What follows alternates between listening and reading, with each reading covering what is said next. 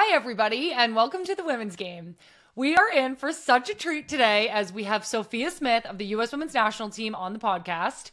She came on during W Gold Cup Camp, the tournament that the U.S. are currently playing in, and we got to talk about the women's soccer hotbed that is Colorado, those 2023 World Cup penalty kicks, and Soph's blossoming role as one of the most experienced forwards on this U.S. Women's National Team roster.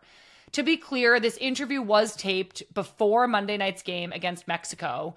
We're going to talk more about that challenging moment for the U.S. Women's National Team in a minute. But what I loved about Soph's interview was hearing how much she's learned from the U.S. Women's National Team's disappointing World Cup last summer. Soph is so mature for her age, and she just has such a bright future ahead of her with this U.S. Women's National Team, and it was so fun to talk to her. This past week has given us lots of international soccer to watch, including our own U.S. Women's National Team as they've played through the group stage of Gold Cup. The team looked strong in their first two games of the tournament, beating the Dominican Republic 5-0 and beating Argentina 4-0. But they unfortunately faltered on Monday night against Mexico and lost 2-0. Mexico scored two beautiful goals. They were both shots from distance, one from Lisbeth Ovalle and one from Mayra Pelayo-Bernal. I shared some thoughts on YouTube in a reaction video, and I talked about the flexibility on the right-hand side of the field with Emily Fox and how her positioning just requires a reaction from the rest of the team at times. I talked a little bit about the lack of width that we seem to be playing with, and I wondered if this is just the way the game is going and if I'm stuck in the past wanting more width. And I also give Mexico a lot of credit for executing their game plan. Mexico did such a great job in this game. This is a Mexico team that has not beaten the U.S. in 14 years, but they came in unafraid and they really weren't intimidated by the history between these two nations.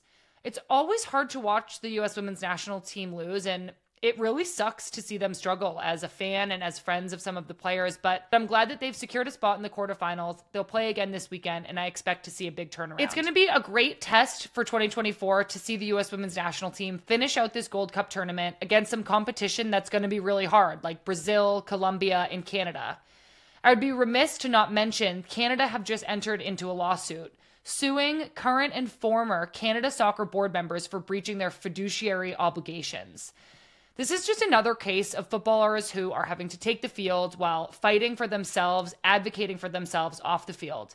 It's a really complex issue, but we've reposted a TSN article on Twitter written by Rick Westhead, and I encourage you to go read that if you want to know more. I've been sharing Gold Cup pregame thoughts on social media and post-game recaps on YouTube, which has actually been a lot of fun, and for me, it's been a really good way to summarize and digest the games.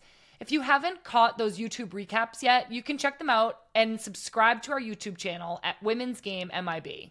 All of our previous interviews are on there as well, so there's lots to see on YouTube. Raj and I are going to be going live after the final whistle of the Gold Cup final on March 10th at 10 p.m. Eastern.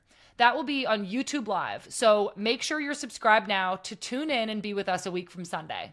In other news from around the world, in Europe, we've seen Nations League, which right now is serving as Olympic qualifiers, provide some dramatic action. France have an automatic bid to the Olympics as hosts. Spain have also secured their spot. And Germany got in with a win against the Netherlands in the third place game. Club play will resume this weekend in the Women's Super League in England. And with a tight race at the top between Man City, Chelsea, and Arsenal, we're going to be watching so closely to see if anybody drops points. We have a lot of big updates to this channel on the horizon, so please make sure you don't miss anything by following us on Instagram, Twitter, and TikTok at Women's Game MIB. You can also send me an email at womensgamemib@menandblazers.com. I love getting these emails. It's so fun to hear from you all.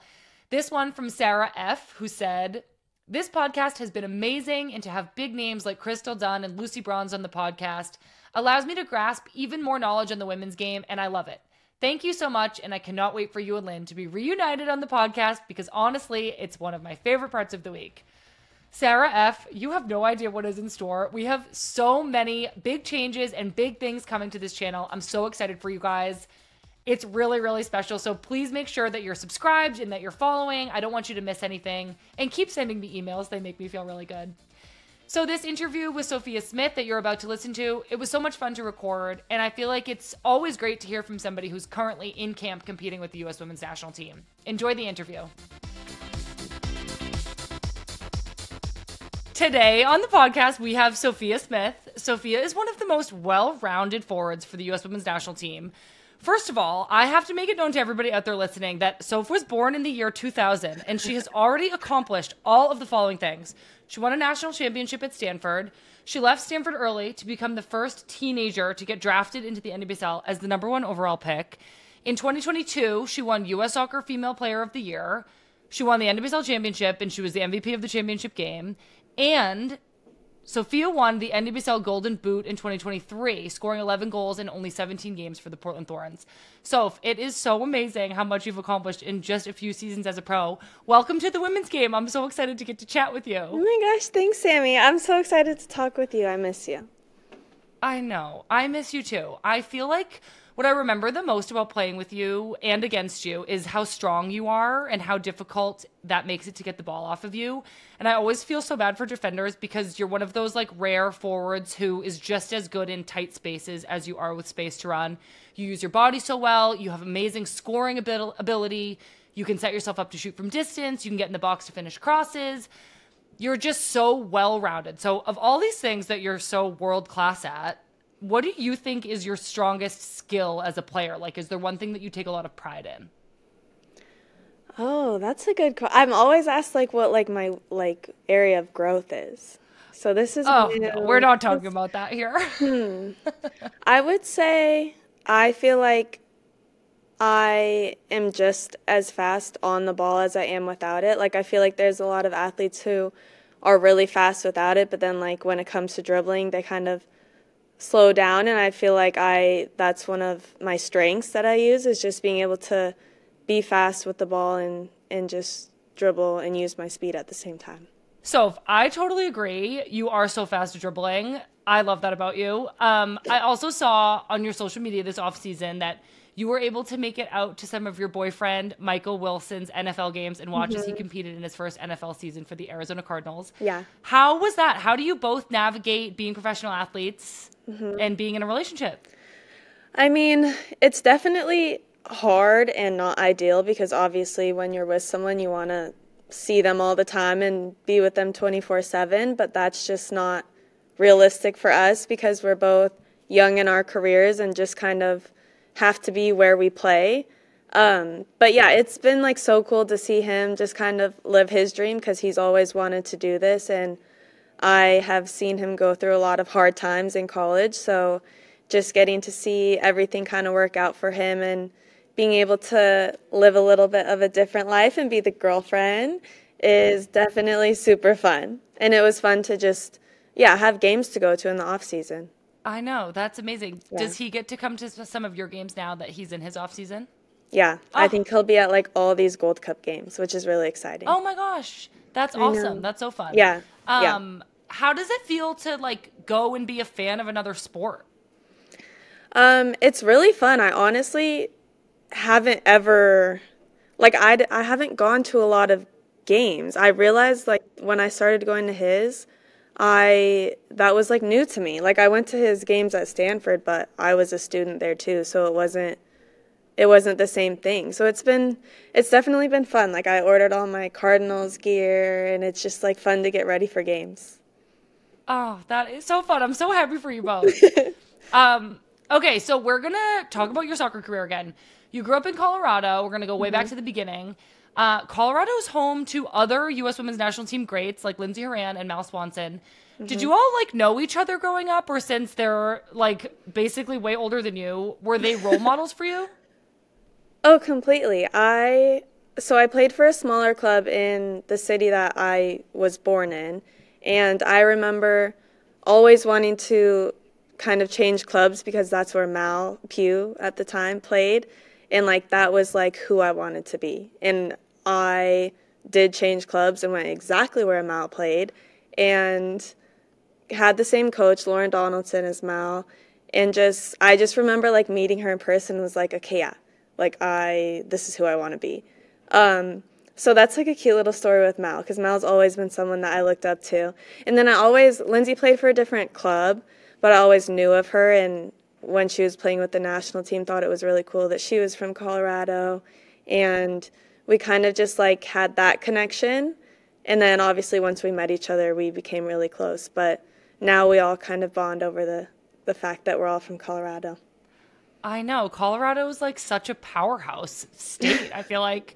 So all of you, obviously, you grew up playing for the youth national teams. And I know that you played in the U17 World Cup in 2016. You also won U.S. Soccer's Young Female Player of the Year. And something I've always credited like my experience with the national team is to how I got to play in 3 Youth World Tournaments. And I'm going to like throw FIFA a little compliment, but I think that they actually do a really good job setting up those Youth World Cups, and they really do emulate what it's like to play in a real senior world tournament.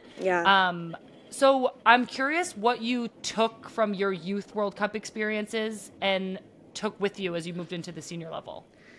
Yeah, so much. I'm so thankful that I was able to kind of grow up in the U.S. soccer system, and that's where I've met a lot of my friends that I have now. And yeah, just getting those experiences of like the Youth World Cups were like, at the time it was like the biggest deal, and it was like a World Cup, and like it was very serious, and you had to prepare, and it was hard, and every game was a challenge. It didn't matter who you were playing, every single game it was really hard. And I think those environments definitely help kind of transition you into the full team, because when you get to the senior team, it's not like a shock to your system. You kind of like have like built through that and went through those challenges to get to this point. I will say the senior team is definitely a different animal in itself, but I think those experiences have helped me and have helped a lot of my friends and teammates that I play with now just kind of adapt to this environment. Yeah, I totally agree. We're going to transition into the Senior World Cup last year, and obviously that didn't go how any of us wanted to. The U.S. went out in the first knockout game. It was in this like devastatingly close call on PKs against Sweden, the worst ending in sports. And we've heard from several players since then that the atmosphere inside the team and inside camp was overall actually really positive, and that the team came together in a way that was really meaningful. You blocked out the noise, criticism, and you came together to give your best performance in that game against Sweden. Yeah. Can you just tell us like emotionally what it felt like at the World Cup, maybe knowing that the team wasn't playing its best, but finding something in each other to just keep together and stay positive? Yeah. The World Cup experience was really tough. I think for so many different reasons. Like obviously the team's going through a transition period. There's a lot of new faces on the team. And then you just have, a lot of outside noise, whatever that may be, whatever it looks like. I think for us, we knew that we had to stick together because it was really like, it felt like us against the world and against everyone else. And we knew that we had each other, and we knew that we all had the same goal. Obviously, it was to, have success in a World Cup, and that didn't happen, and we fell short of that, and we didn't play up to standard. And I think we knew that at the time, and we know that now looking back. But I do think come the Sweden game, we did play so much better. And before that game, we all kind of just decided, like, let's just play our game. Like, let's go out there and figure it out as we go and adapt as the game goes on. And we did that. It's so unfortunate that, it ended the way it did. And I obviously didn't do my part and put away my penalty. And that's something that I have to live with, and obviously still makes me feel sick to this day. But it's sports, and it's unfortunately part of the game. And I think it's just how you respond to that and how I can respond to that that will ultimately make me into the player that I want to be. But it was a hard experience, and it was challenging. But I think we can come away from it having learned a lot about each other and ourselves. And I think at the end of the day, it will help us going forward. Totally. And so if I like feel for you being such a young player in such a position of so much pressure. You said in an Instagram post a few days after the end of the tournament that this World Cup was filled with just about every emotion possible. What I've learned is more valuable than any experience I've ever had. Could you just share maybe one or two of the lessons that you learned from like such a difficult time? Well, I learned that World Cups are hard, and like we always hear all the, more experienced players tell us that and kind of warn us about that before, but like I feel like you don't fully understand it until you're in one and in the environment. I learned that sometimes you just have to trust yourself and like know what I bring to the field and what my strengths are and use those, even if feels like I'm kind of not able to or not being told to do the things that make me who I am. I learned how important teammates are and that chemistry is off the field, because when things aren't going well, like you really only have each other to lean on, and those relationships are just so special and important, because really the people next to you in the locker room are the only people who understand in that moment what you're going through. And I think we all share that now with each other. Like that's something that connects us, is we all went through that experience together and got through it together. And I mean, I just feel like I learned a lot about myself. Like I learned how different types of pressures affect me, how I respond to those, what I need to listen to, what I need to just let go in one ear and out the other, and just kind of how to navigate, the outside world in big tournaments like that. Yeah, so I think what I would say is that 2019, even though we won, was so hard. Like we could have lost any one of our knockout games. The media, we had a lot of media attention on us. Like everything went right, but it was like such a small chance that everything was going to go right. And I think that's a huge lesson that I took from that as well, was just how perfect every single little thing had to be, and how you do have to get lucky somewhere along the way for it to all work out. World Cups, there's just the smallest margins. And I also know that I feel like at the time there was this expectation on the forwards, and maybe it's always like this, to just demonstrate like this individual brilliance. Like just get the ball to Soph. She's going to be Soph. She's going to do amazing. Did you feel like that was a lot on your shoulders? We totally saw it, and I would still say get the ball to Soph. She's going to do amazing. But did you feel that specific pressure that when you got the ball, you were expected to do a lot? That's hard. Like I knew going into the tournament I was going to play a big role for this team, and I was excited about that. Like that shows a lot of trust in me even as a young player, and that's something that I take a lot of pride in and excites me. I think definitely during games there were times when I would get the ball and kind of feel a little bit isolated and just kind of struggle to figure out what to do from there, just because that's just how some of the games went, where I felt like we weren't all connected, we weren't all supporting each other in those ways on the field. And obviously it's hard to play soccer like that. It's hard to connect passes, it's hard to combine, it's hard to play the soccer that we want to play. And so I feel like in games that was the biggest struggle, is it just kind of felt like we were all so far away from each other. And you can talk about tactics, all of that stuff, but ultimately we're the ones out there at the end of the day, and we just had to do better. Since the World Cup, U.S. Soccer has hired current Chelsea women's manager Emma Hayes to take over as manager starting in May and for the Olympics. And you all are currently playing under interim manager Twyla Kilgore, who's holding down the fort until Emma can join the team. But I know that Emma has spoken to the team and she's been around a little bit. Do you feel her presence even when she's not physically in camp? Yeah, 100%. Like, just the energy, you can feel a shift in, like, just how everything works in camp. And it's really exciting. Like, I think for a lot of us, we are just looking for, like, a fresh start. It's a new year. It's a new opportunity. And we're lucky as athletes that, like, the World Cup didn't go well, but now we have the Olympics to focus on, and we can kind of put everything into that and preparing for that. And, yeah, we've definitely felt Emma's presence, even though she hasn't physically been here very much. We know that she's working closely with Twyla, and Twyla's doing a really good job at a very unique position and kind of, like, moving us on from last year while not changing too much too fast, but adjusting to what Emma now wants in our environment. And I applaud Twyla for that because I don't know if that's ever been done before, but she's doing a really good job of it. That's amazing. I feel like it is a really high pressure position to come into for Twyla. And I also think it's amazing that you can feel Emma's presence. So I'm really excited for you. I've been interviewing a lot of players who know Emma or have played for her, and she's gotten nothing but rave reviews. So I'm really excited for the team.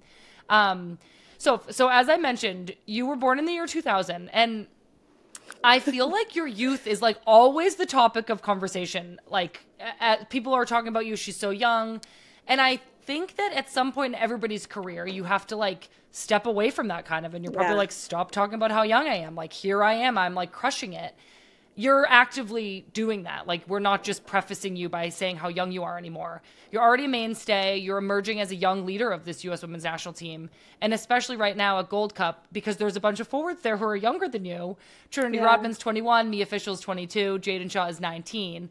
Do you feel that new role that you're playing? You're one of the most experienced forwards in camp. Like, how do you find yourself adjusting to that? Yeah, it's so interesting. I definitely do think it's good to move away from like the topic of conversation being like age, because our team is really young right now. And like you said, I am one of the older, more experienced forwards on this team right now. And I think for me, that's exciting. Like I always want to find a balance of knowing my place and knowing that I still have so much to learn. And that's like the best feeling ever, because I have the players around me to learn from, even if they're younger than me. While at the same time, I do have a little bit more experience with this team than some of the younger forwards, and I feel like I can help them in that way. But I'm just kind of finding that middle ground of like, I am still young and I still have so much that I want to accomplish and do and learn.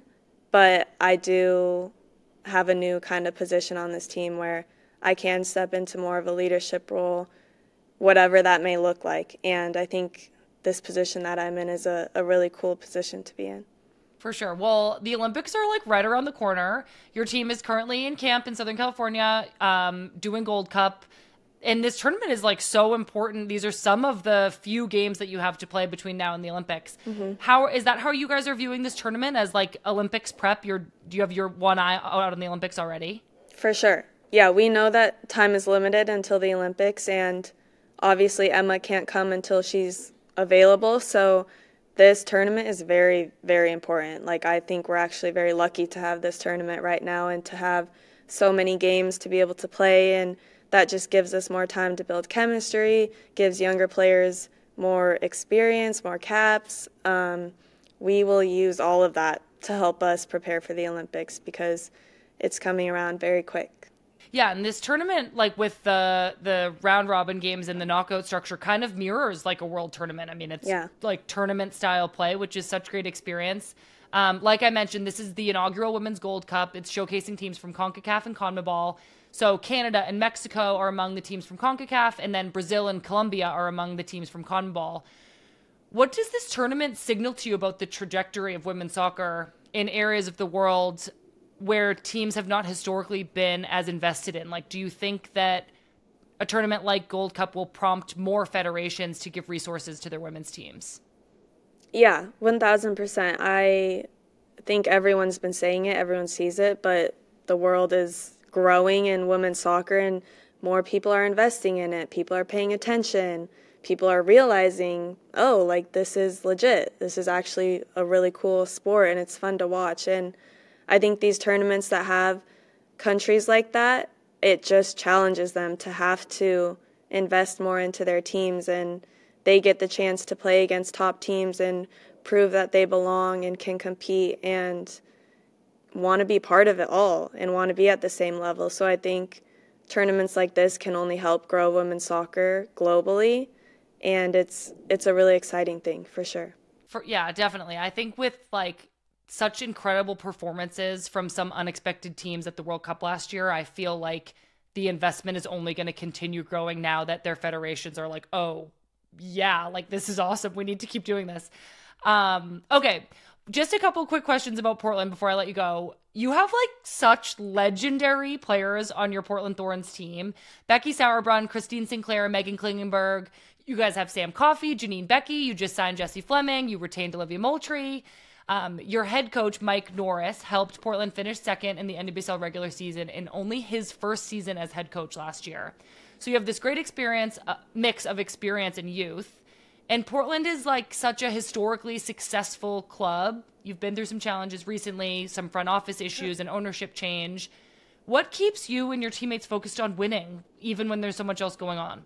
I think just the history of the club, like it's always been a club that is competing to win a championship, and that's just regardless of anything that's going on, even if it's as big as the front office, the team itself has always had the goal of being the best in the league and wanting to win championships every single year and put ourselves in the best position to do so. So I think we've done a really good job of kind of focusing on that in itself and kind of letting everything else get better and, I don't know, like wait for new ownership. And that was a process, but we finally made it there. And I just think we've always, as a team, just stuck together and knew that we could fight for a championship together and for our fans and for ourselves and just kind of let everything else figure itself out. But we just know the history of this club, and it's very prideful in winning. So we just try to keep that going. It like pains me to say it, but winning is like a culture, and you guys like definitely have that. So I wish you the best of luck, even though I'm hanging on to some old rivalries. Okay, a couple quick fun questions, Soph. Okay. What's your go-to takeout place in Portland, and what do you get? Ooh, probably bamboo sushi. I get the spicy edamame. That's like my favorite snack ever. The green machine roll. That's what it's popular for. And yeah, honestly, that's like I'll get that every time from there. That sounds great. Who's the best player you've ever played with? Oh, Sammy, you're up there. Oh my God. And we only played together so long, but you are up there. Like, you are a special player. I feel like I have not played with someone like you since I played with you. So that was like really nice. You don't even. Well, you don't it's even true. Have to, it's true. You don't even have to name anybody else. That was. Just I'm not going to. I'm not going to. I can't. So if that was like really, really nice, thank you. I appreciate that. Well, it's true. It's true. Okay, how would you describe yourself if you couldn't use soccer in the description? I'm a very chill, down-to-earth person who just likes to spend time with the people that I'm close with and do things that make me happy, like sit in the sun, read a good book. The simple things. I'm a simple person. Oh, that's beautiful. Well, so I'm like such a big fan of yours. Every time I watch you play, I'm so excited to see what you'll pull off. You're like very multifaceted. You're a special talent, and you've barely scratched the surface of what you're going to accomplish in your career. I'm really excited to hear that you're growing into these like leadership roles with both Portland and the U.S. Women's National Team. And this is my last question. I know that this is something that's really important to you. You and Naomi Girma were teammates at Stanford, and one of your other teammates there, Katie Meyer, died by suicide in March of 2022. And you, Naomi, and U.S. Women's National Team teammate Sophia Huerta have teamed up on a new initiative called Create the Space to ensure that football at all levels is equipped with the knowledge, skills, and resources to understand, prevent, and deal with mental health issues. So I just wanted to ask what this initiative means to you and how we can support. Yeah, I mean, I think mental health is definitely something that is being more and more talked about, and I think that's so important, especially amongst athletes, because it's something that hasn't always been talked about and could be viewed as being soft or whatever you want to call it, but the reality is everyone goes through things, and more people than not struggle with mental health. And I think Naomi and I, especially since losing Katie, have realized the importance of talking about it and making other athletes feel like it's okay to talk about it, and even, you know, players that they might look up to struggle with the same things, and I think that's really powerful and can go a long way.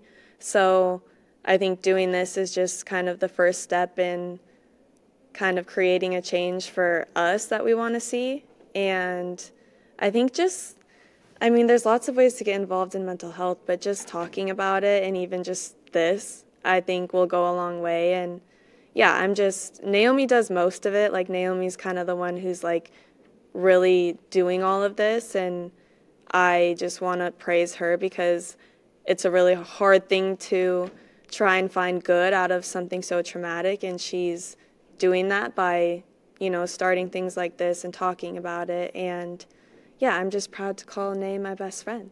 Well, Soph, I can't think of two better people to be leading an initiative like that. Thank you so much for sharing all of that with us. And thank you so much for being here on the Women's Game. It was so fun to get to talk to you. Of course, Sammy. Thanks for having me.